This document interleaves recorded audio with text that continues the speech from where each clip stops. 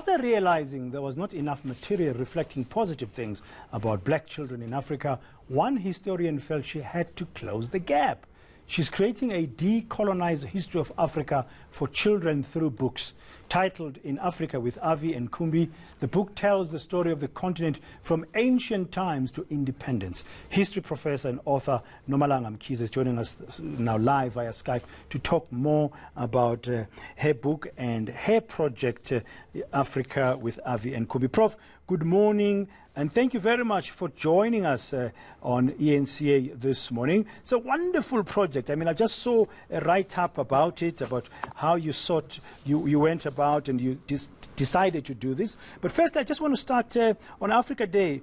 You were appearing at the Cradle of Humankind on Africa Day. That was on Saturday, while some of us were at the inauguration of President Cyril Ramaphosa. You were out there promoting the book. And you are focusing on the fact that it's Cradle of Humankind and evolution is not more central than anything else to the Avi and Kumbi text. How did that go? It was amazing. It was amazing. We were hosted by Ethnic Kids, which focuses, it's a small company that focuses on books that have a wide-ranging forms of representation of black children. But, I mean, of course, I mean, our crowd was all kinds of people.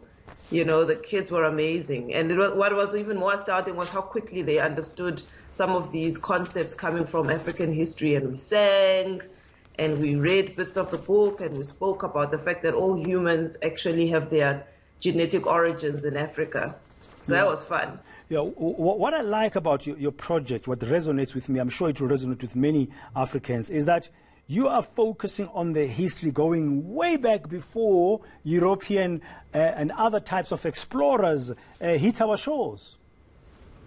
Of course. Africa has literally is the origins of humankind. So thousands, tens of thousands of years of human history begin here. It's really terrible if we think what we're going to do when we teach our children is that our lives and pains revolve around what Europeans did. That's an element of the history that's important for them to understand. But as we explained to the kids on Saturday, there was big school or university thousands of years ago in Africa. I can see there the slide of the Timbuktu page from the book. We did also touch on resistance to colonialism. I see that page as well. And you know, everything from Nubia, the fact that Nubia had warrior queens, all of those things are very important for our children to understand. They mustn't reference their identity based on what people did to them, but on who we are and what we have accomplished in our own African history. And they must know what people have done to Africa as well. Yeah, and I mean, innovation in Africa goes back way back, and how empires were built in West Africa, in East Africa, in the northern part of Africa, in this part of Africa. Yes, I mean, in the book you'll see there's sections on Great Zimbabwe. You know, the only limit to this book was cost of printing. I mean, we actually did find a grassroots funder here in Eastern Cape called Sofisa, who actually allowed us all our creative freedom. They didn't dictate to us what goes into our books. They just said, you do you, and you learn how to do you independently as a young black starting up publishing company. And that was amazing because I've always rejected funders because none of them give you that room. But when you write a book like this, you need independence to bring in my skill as a professional historian, and for the artists, the illustrators, to be able to draw these pictures as beautifully as possible, that they don't stereotype Africans. So we needed that independence.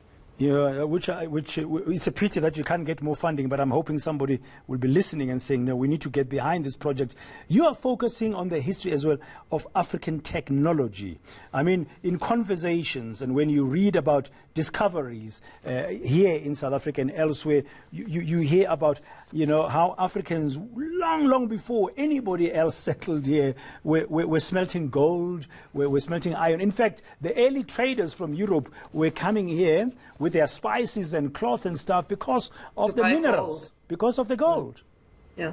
So in this book, we are currently working a book called What Humans Have Made, Technology in Africa and the Rest of the World. So that's the follow-up to this book we are currently illustrating and writing. But in this book, you'll see things like trade, gold mining, all these things are woven into the story so that kids just assume that these things are normal and natural in Africa, that it wasn't that somebody arrived and then suddenly Africans were smelting minerals and metals.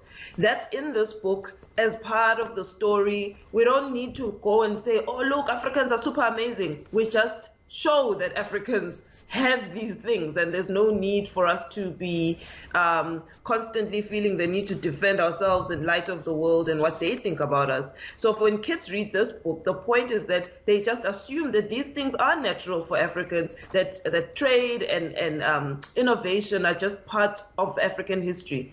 They don't treat these things as surprise. It's just they. Thank you. Now, finally, and very briefly before we let you go, Prof, what's next now for Mkhize Wamazambezi?